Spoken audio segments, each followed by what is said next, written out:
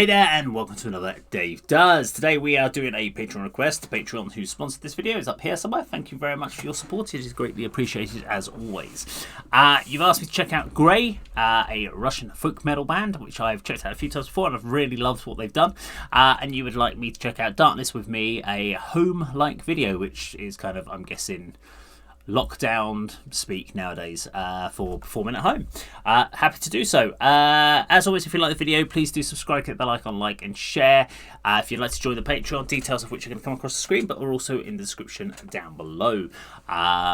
If I make any grimacing noises or moves during the video, it's just because I unfortunately have recently cracked a rib and I'm in a little bit of pain.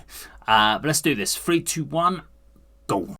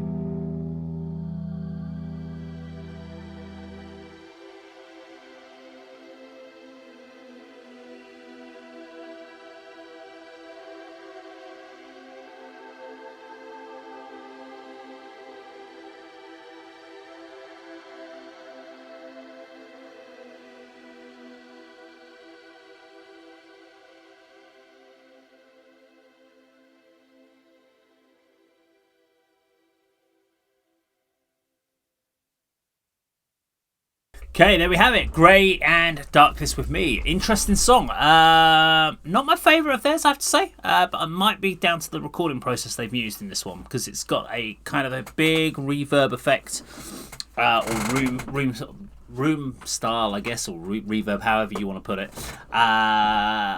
Overall, but the song itself was cool. I liked it. It's just not one of my favourites, and that's mainly because I've kind of put the other songs that I've heard of theirs quite high up. Like Farewell was a great track. I'm interested on this one because there was a couple of things on here that I was kind of trying to listen for. Was the distorted guitar sounded quite raw to me. Everything sounded like, so guitar wise it sounds very much like it had been mic'd up guitars, so mic'd up amps rather than DI with an amp sim or anything like that.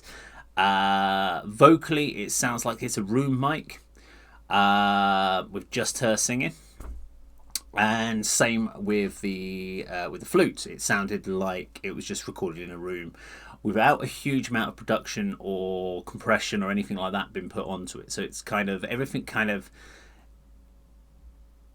every instrument just seemed like it was pushing out of its boundaries, so there was not any high and low limiters put into it or anything like that. It didn't sound like it anyway. But what I was finding very interesting looking at the video was the workflow train, as far as each of the person's recording. So for the two guitarists that you've got there, you can see in the background they've got their computer monitors with their recording. Now the person playing on the tour string has only got their song being tracked. So my guess on that one is, considering he only comes in at a certain point, is he's probably got the guitars and vocals already recorded somewhere being played, and he is just literally playing his guitar part and recording just that in a room. So I'm wondering whether or not he's got in-ears basically playing that backing track so that he can record his section. For the main guitarist that was playing the electric from the start, now that was an interesting one because he's actually got the vocals on a second track there, but the vocals don't start from the beginning, which means they must have used a click tempo of when to come in. And I'm guessing, my guess on the workflow here was vocalists had a count point, because you can hear every so often like a little drum keeping tempo.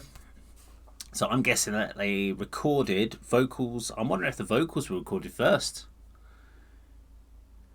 That's what I'm thinking. Or what could have happened is the electrics did a very basic guide track, let the vocals record over, and then that guide track was deleted out, and that he then recorded his guitars over it because he had the tempo set. That's probably what happened, just to kind of lock it all together.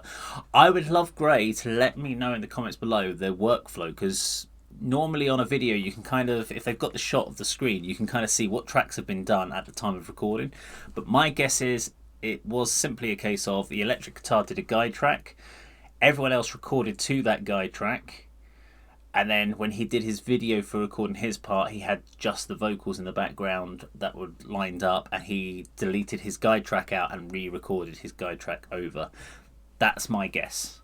But Grai, if you'd like to let me know in the comments down below, I'd be intrigued to know, because I just find it very interesting to know the workflow process. But apart from that, good song. Thoroughly enjoyed it. If you like the video, please do subscribe, click the bell icon, like and share. Leave your comments down below, and that of course is how Dave does it.